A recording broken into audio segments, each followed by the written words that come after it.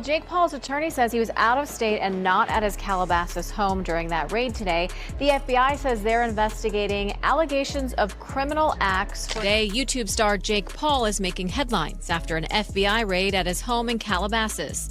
Sky 5 was over the scene Wednesday morning as federal agents entered Paul's home in a gated community off Mulholland Highway. 24 feds, some in tactical gear, could be seen carrying evidence from the property, including several firearms. After the search, a SWAT team was seen leaving in a procession of law enforcement vehicles. So, here's what went down. The thing everyone saw coming, but couldn't quite predict the massive scope of it all. December 19th, 2025. Rolls around and Jake Paul gets absolutely destroyed by Anthony Joshua in what can only be described as a complete demolition. Then something wild starts happening. Federal agencies begin making moves. We're talking arrests, FBI raids, claims that the Paul brothers tried to bolt from the country when evidence started piling up about widespread fraud and fights being scripted in ways that broke federal gambling laws. Those Reddit theories and viral TikTok breakdowns that people used to laugh off, they just became a full federal investigation. And now, as everything comes to light, there's no denying it anymore. Jake Paul's reign is done. At any point, did you start to take your foot off the gas just a little bit because you knew he was tiring out? Yeah, definitely. Definitely a bit. You know, I wanted to give the fans a show, but I didn't want to hurt someone that didn't need to be hurt. Did you carry Mike? Yeah, I mean, a little bit. Yeah, like there was a point where, you know, I was just like, okay, he's not really engaging back. And so I don't know if he's tired or whatever. And I could just tell, you know, his age was showing a little bit. And I just have so much respect for him. And that like violence war thing between us, like after he slapped me, I wanted to, you know, be aggressive and take him down and knock him out and all that stuff. But that kind of went away as the rounds went on. All right, so let's roll this back for a second. Take yourself back to when nobody was talking about arrest warrants or federal investigations. Back when all the doubt was just background noise, people posting online, regular fans spotting weird stuff in Paul's fights and wondering if something fishy was going on. Go back 5 years, and if you said Jake Paul's boxing was staged, people would call you crazy. 6 months ago, you were part of something bigger. Right now, you're looking pretty smart. It all started small, you know.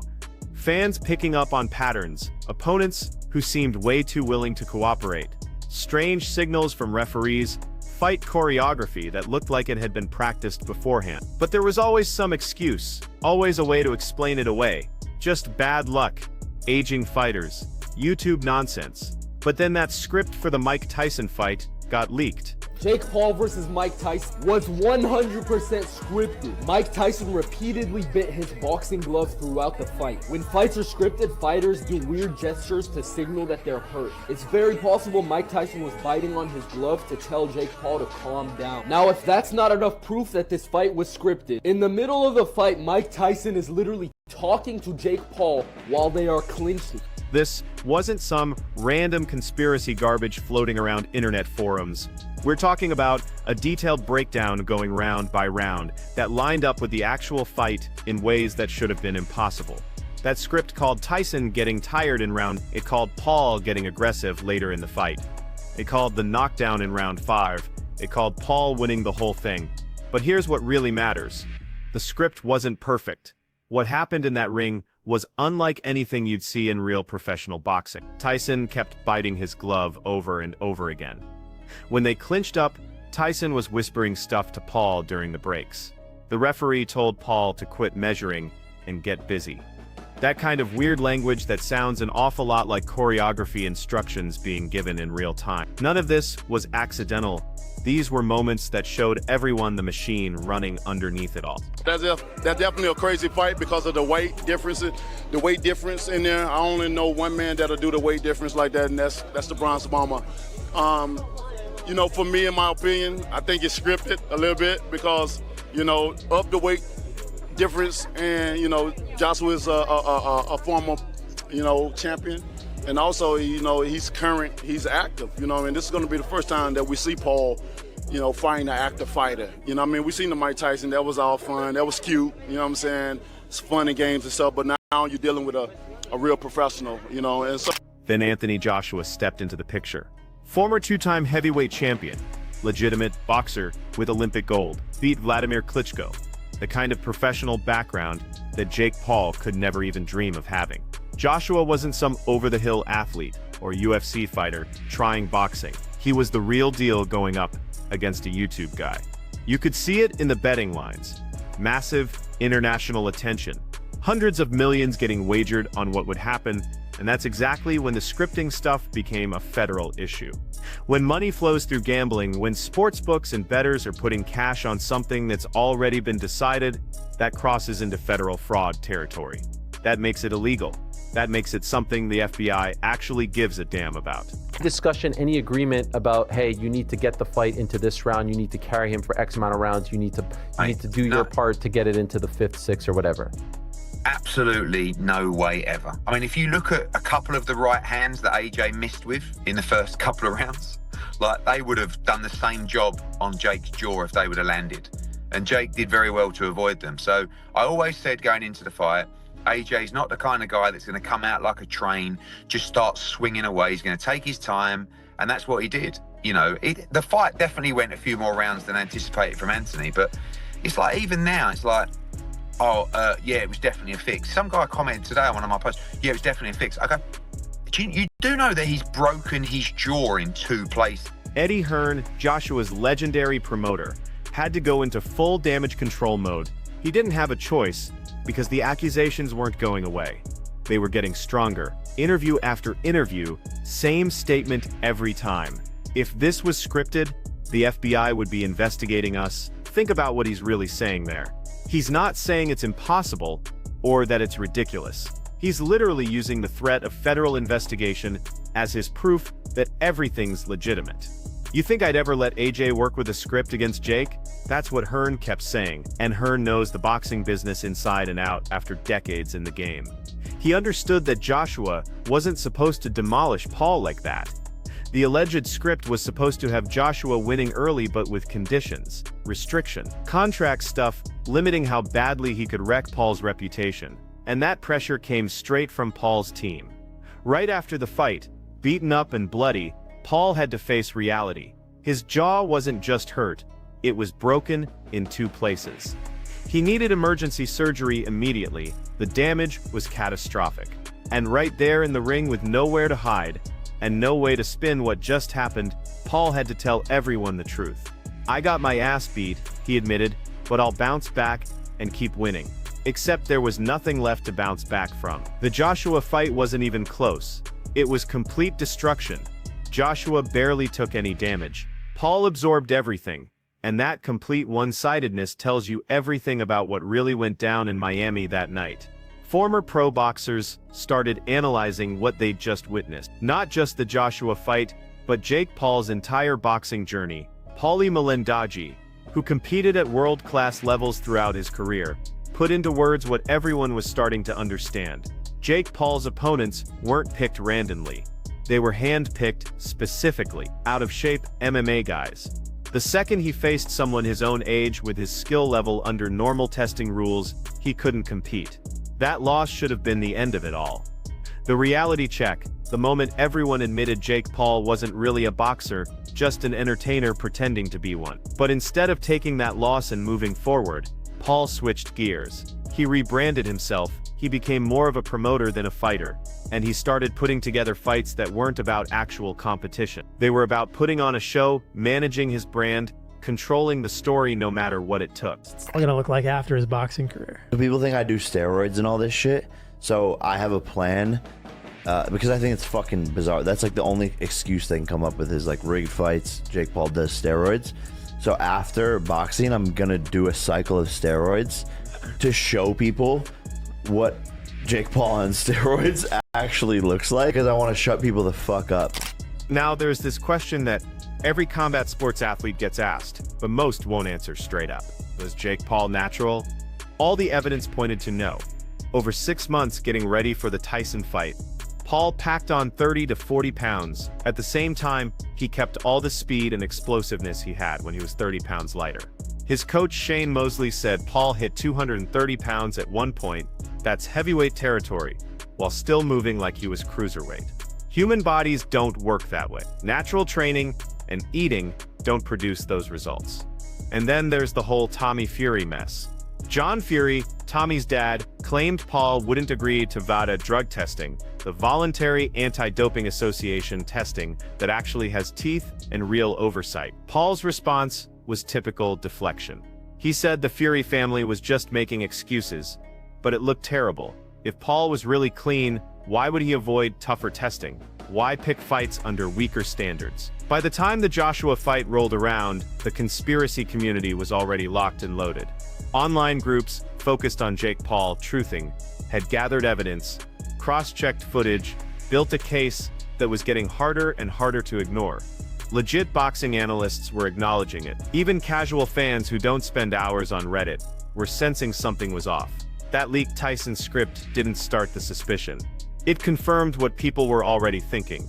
It gave everyone permission to say out loud what they'd been thinking privately. And when Joshua knocked Paul out so decisively, so thoroughly, that theory became fact. Because here was a fighter who wasn't going along with the program. Here was a pro who took the fight seriously and destroyed everything Paul had constructed.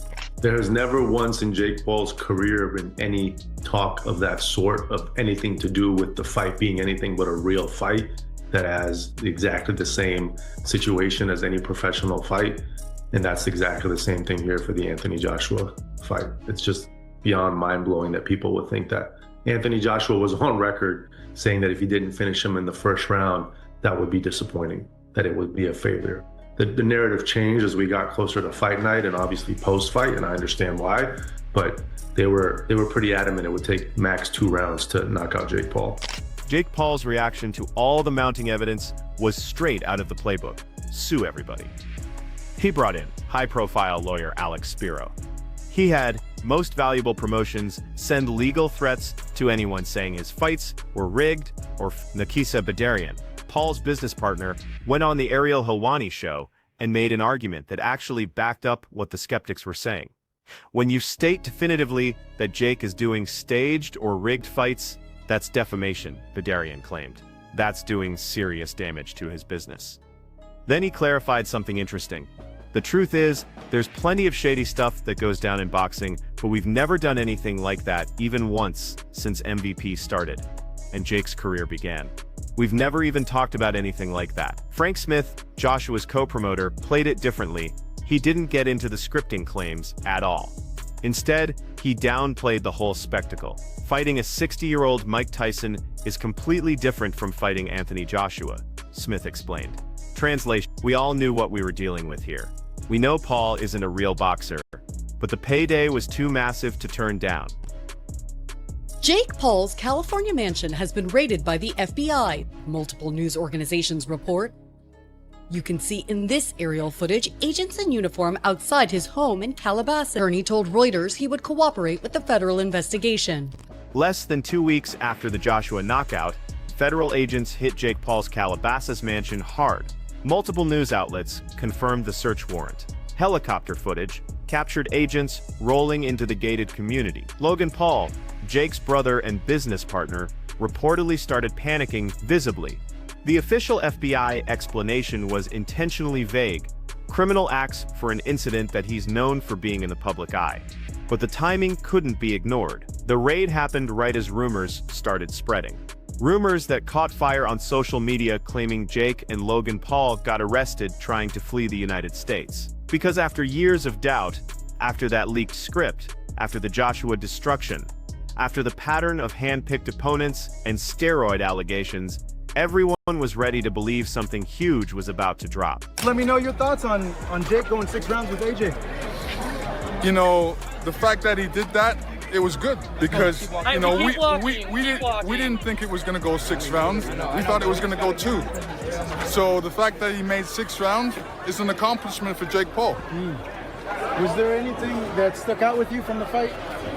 Yeah, really, who was in better shape? I thought that Joshua was in great shape compared to, you know, Jake Paul because he was running around the ring. Let's break down what the evidence actually demonstrates. The Joshua fight wasn't a competition. It was an exhibition. Jake Paul walked into that ring with his usual swagger, his sunglasses, his whole performance. But from the first bell, he was completely overwhelmed. Joshua's restraint in those early rounds wasn't him being nice. It was a professional recognizing he was fighting someone operating on a completely different planet. Rounds 5 and 6 made it crystal clear. Paul had absolutely nothing. No answers, no game plan. Joshua dropped him hard in the 5th round. Paul managed to get up. Joshua ended it in the 6th with a crushing right hand. The former heavyweight champ didn't just win, he obliterated him. He shattered Paul's jaw. Surgery was required. He ended Paul's career, at least for now, with physical proof of total destruction. And after everything, after years of building a brand fighting washed-up celebrities and ancient athletes, after the leaked scripts, after the steroid accusations, after the Tommy Fury loss he tried to spin away, after the Tyson fight everyone knew wasn't legitimate, Paul finally ran into someone who respected the sport and completely dismantled him. So is this it? Is this finally when the whole narrative crumbles? When the skepticism goes from conspiracy theory to accepted reality? That leaked Tyson script, the bizarre in-ring behavior, the reluctance around serious drug testing, the pattern of favorable matchups, the total destruction by Joshua, the broken jaw that could end his career. Every single piece points to the same thing. Jake Paul built a boxing world designed for Jake Paul to succeed. And the instant that system got tested by a real heavyweight champion, it fell apart completely. Whether he ends up facing federal charges, whether he and Logan really tried to run or not, the Jake Paul era as a legitimate boxer is over. The skepticism has evolved from whispered theories to mainstream reality. The evidence has gone from circumstantial to undeniable, and boxing can finally move on without the circus of a content creator playing dress up in the ring.